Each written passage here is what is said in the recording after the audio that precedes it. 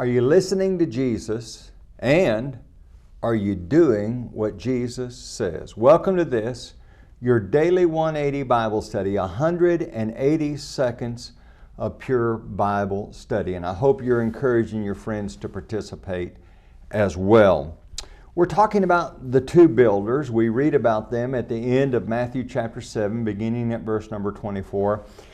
And what I want us to do is I want us to back up and look at some of the things that Jesus says in the Sermon on the Mount. But I want to go back to verse number 24, and I want you to get this. Notice what Jesus says. Whoever hears these sayings of mine and does them, I will liken him to a wise man. Well, what sayings are we talking about? Someone might say, well, we've got to be concerned about the nature of the church, and that's true.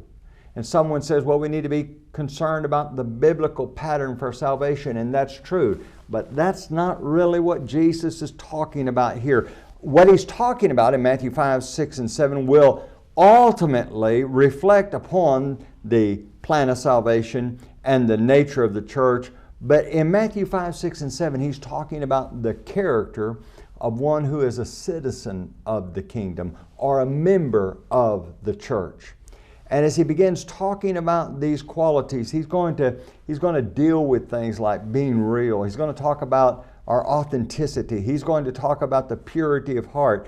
And he begins this whole lesson in the Beatitudes. And my understanding as I look at the Sermon on the Mount, I really think that the essence of this sermon, he takes the Beatitudes, which serve as an introduction, and then he begins to illustrate it throughout the whole book. And the idea is you need to be one under the control of God. And he begins at the very beginning talking about humility. Blessed are the poor in spirit. It is the idea of one who chooses to realize that they are spiritually bankrupt without God. He talks about those who realize they must hunger and thirst for righteousness because God's the only one who's going to fill that great need that they have within their heart.